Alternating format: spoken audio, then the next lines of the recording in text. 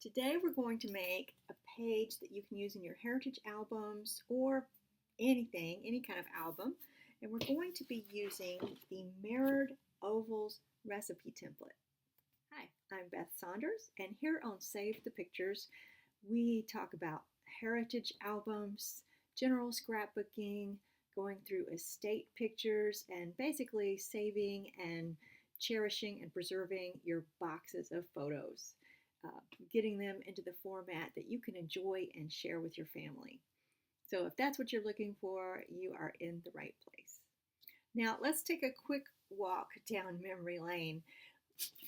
I got into creative memories, into scrapbooking in 1997, and one of the big draws for me was this. I don't know if any of you remember this. Oh my goodness. We had to take a photosafe pencil and trace this and cut things out, cut pictures out with scissors. So those days are long gone, but I thought you'd like that little piece of nostalgia there. Now things are so much easier. We use the custom cutting system and our blades, and sometimes we still use scissors, and we might use a little bit of that today, but I am here to help you make it easy because I like for my scrapbooking to be as easy as possible. With the Mirrored Ovals recipe template, there are so many possible combinations. Let's look at it here. Actually, let me get a piece of dark paper so you can really see what it looks like. So if you wanted to, you could trace and cut out all of these pieces and have kind of a quilt or even a stained glass look. But I'm not that complicated, y'all. I want to make it easy. So some of the things you could do, let's look on the front at some of the ideas. We're going to do something similar to this today, and we're going to use our tools, and that idea would be no fussy cutting at all. You wouldn't even need scissors for that. You can do, there's a different kind of idea here where you use your shapes in the background and you highlight one picture. The heritage page that I did in the past did the 3 ovals here for my pictures, and then we did the ovals at the top and the bottom, and then we fussy cut these diamond shapes, not all of them. I didn't need the ones in the middle here, but I fussy cut diamond shapes on the top row and the bottom row. And one of the cool things about this is with those diamond shapes, it gives you the illusion that there's a mat around my pictures, but really it's just the background paper. So my pictures are cut into a smaller oval, and then you see the background paper, but it looks like they've been perfectly matted. So here's another idea. Let's look at the template again. You can do any combination of these ovals, and look here, I've layered my pictures along the diagonal, so like this here, and then I have other ovals and some of the diamond shapes in the background. Now when you layer like that, you can't just use the illusion like this has of having a matted picture, and that's the background paper, but I had to actually mat my pictures, which is no problem. That's easy. You just use a different blade to layer them. I'm going to use the Legacy of Love paper pack today, and I've pulled out a few pages, and also this hot fudge or any dark brown that you have for a background. And here are the papers I'm planning to use. The floral one, and it has sort of a journaling grid on the back, and then this one that looks like sort of weathered letters, handwritten letters on one side, and it's got dark brown on the other, a dark brown geometric pattern on the other side. As you can see, and this is a good idea to do with any of our recipe templates, is to use the back of the cover sheet and trace your template so that you can go back later in case you do decide to do all the small pieces. You can lay them out on this grid and get them ready to adhere to your scrapbook album page. And I also made a note on here that we're going to use the custom cutting system, or CCS for short. I made a note that we're going to use the second smallest oval, so this one, and we're going to need our blue blade and our green blade. So I have to admit, I'm using my older blades today because I have temporarily misplaced my newer blades, and I really love those because they rotate so that you don't have to turn your hand, you just keep going around. But these older ones, they still cut, and I'm going to use them today. First, I'm going to cut 4 ovals with the blue blade out of my sort of letter weathered brown paper. And I've got them on my custom cutting system mat. In case you're not familiar with this, you put the little feet here in the grooves around your template. So if you look upside down, it's going like that. And there's a distance here that I'm going to look and make sure I have room between my template and the edge of the paper so I don't run off the paper. See here, I have enough room there and down here. Okay, so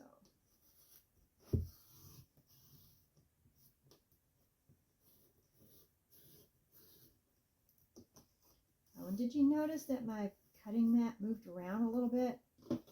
So you've got a little bit of grippy feet here to keep this still on your paper. But if you have one of these silicone mats, it's a great idea to put it under your cutting mat so that it doesn't slip around on the table.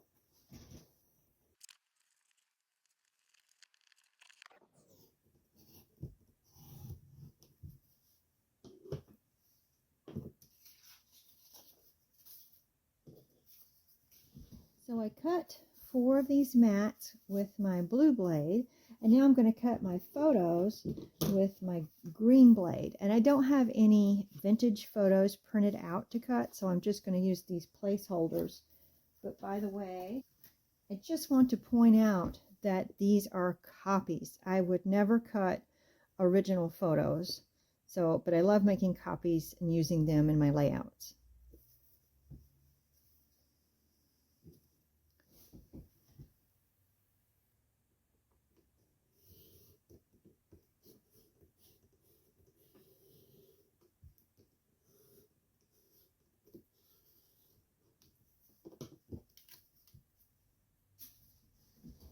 And then I'm going to cut another oval out of this paper, and it's not directional. The back is directional, but if you'll notice, it has these sort of newspaper prints in the background, but they go lots of different directions, so it doesn't really matter which way I turn it.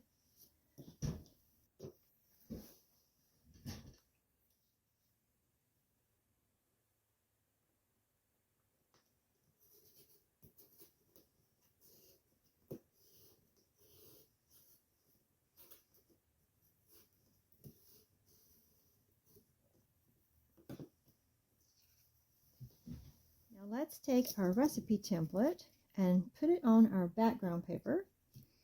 And I'm going to take these clips that you can get when you get your templates, or you could just use paper clips, and put them in a couple of places to hold the template still.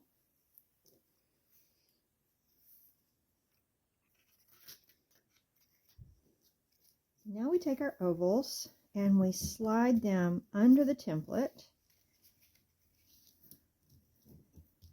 And I would put my repositionable tape on the back first, but I'm going to show you several different designs, so I'm not adhering it down right now. Actually, that's not what I meant to do. So I'm going to show you later. So I'm going to put these I move 4 ovals.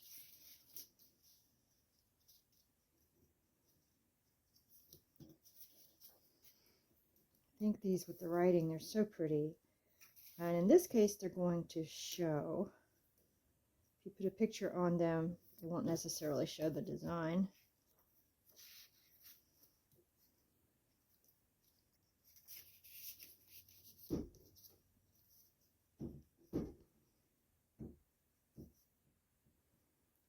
And then put one in the middle, and you could really highlight a special photo.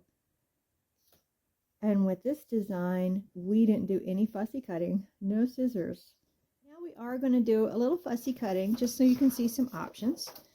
And this side is dark, and it's going to be a little bit difficult to see pencil marks. So let me teach you a trick.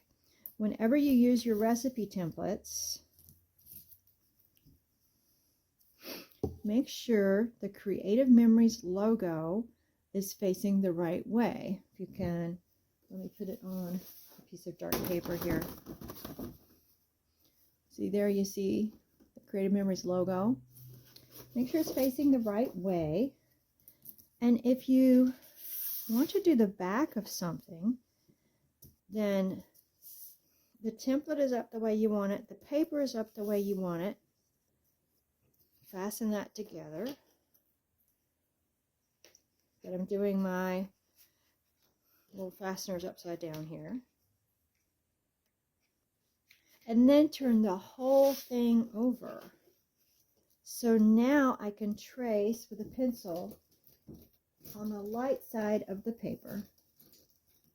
Actually, I'm going to move this around so that I can say paper. You could just trace it with the template as it is, but since I'm just doing these little diamond shapes, I'm going to put them close together on my paper. So I'll move that up and then fasten it.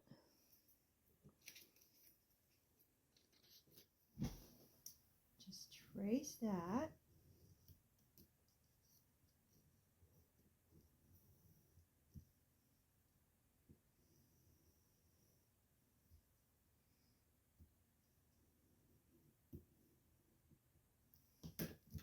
And then to save paper, I'm going to move this one over a little. Maybe I could get one up here. I can get one of these side ones up here. So, put that there.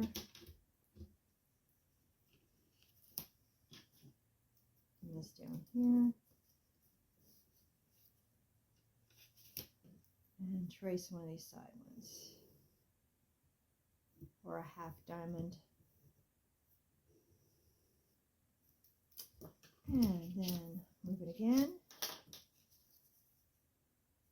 Again, trying to get the most out of my paper.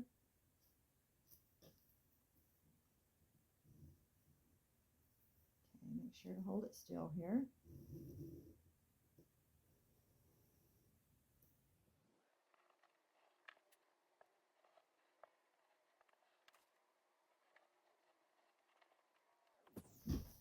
So I did 4 full diamonds and 4 half diamonds, 2 from the right side and 2 from the left side.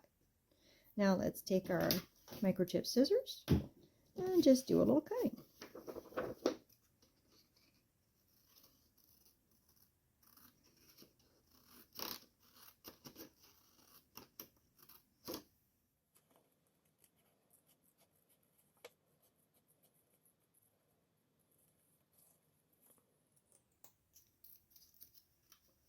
And some of the tips are slightly rounded, or you can make them sharp if it's easier. This one's kind of being ornery.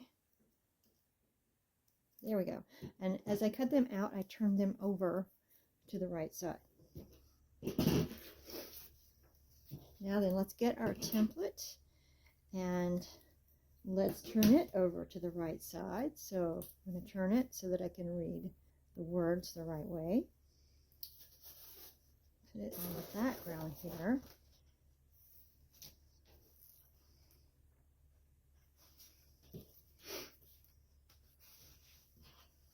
let's just put these on the top, and I'm going to show you some options here. Putting these in here, put these in here.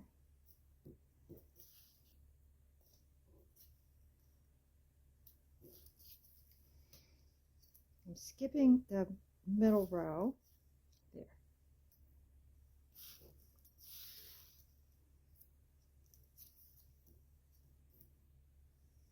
There you go. So you could go back with those other ones. And actually, if you put them right up next to your diamonds, then these are too big and it doesn't really show that illusion that I was telling you about. But if you just put your photos in there, or a smaller oval, now look at this. See if these all come through here. I don't have them adhered down, so. But basically, put your smaller pictures in, and now you get that illusion that they have a mat around them.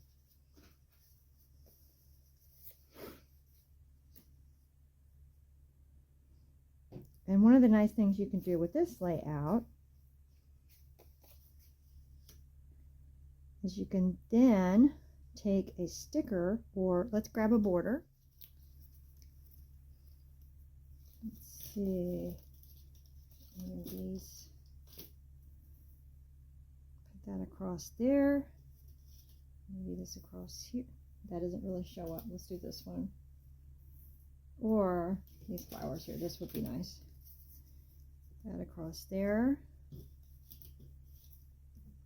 something with a little more contrast. And now you didn't have to cut the whole template. You just cut some little parts of it, and you have this lovely, that illusion of the mats that I was talking about. And also a lot of our older photos are horizontal, so you could get, I don't have the sticker pack handy, but you could get two of the same sticker and put them on either side and use horizontal photos in this layout. Back to the easy layout that I was talking about earlier, I'm actually going to get some repositionable tape runner and adhere these down using my light colored mats.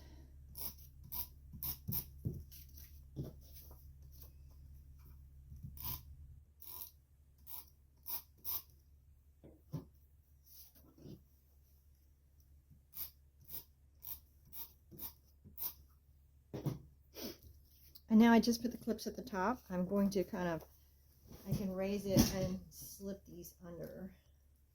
Actually, I think I want that one right there.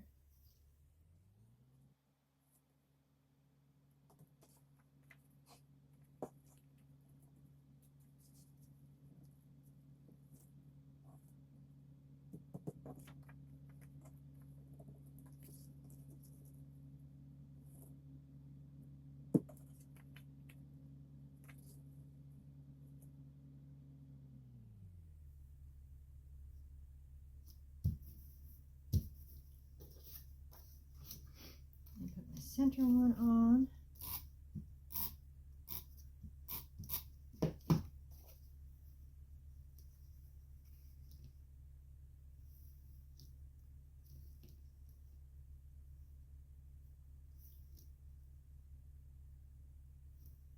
And of course you could cut more of these and continue them to make 3 across. And I'm going to take this off and put my photo on.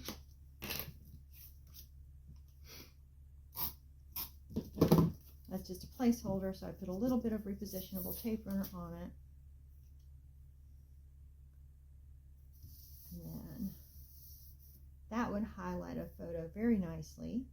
Or you could add some of these other embellishments in if you wanted to.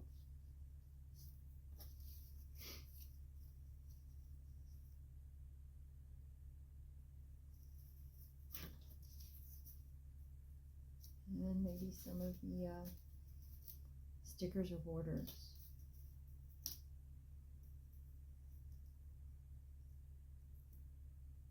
Or you don't have to use these. Just keep it simple. Let's see if it goes better like that. I think I will maybe add a couple other pictures with or without mats, just like that. So there you have it. This is the Mirrored Ovals recipe template. And back to show you some of the other ideas where you can layer your photos. And I don't know if I mentioned earlier, but it does not work to cut an oval in half. This is a little too long. So to do this pattern here, you have to cut 6 of the brown ovals and then trim them, mark them with your template and trim them.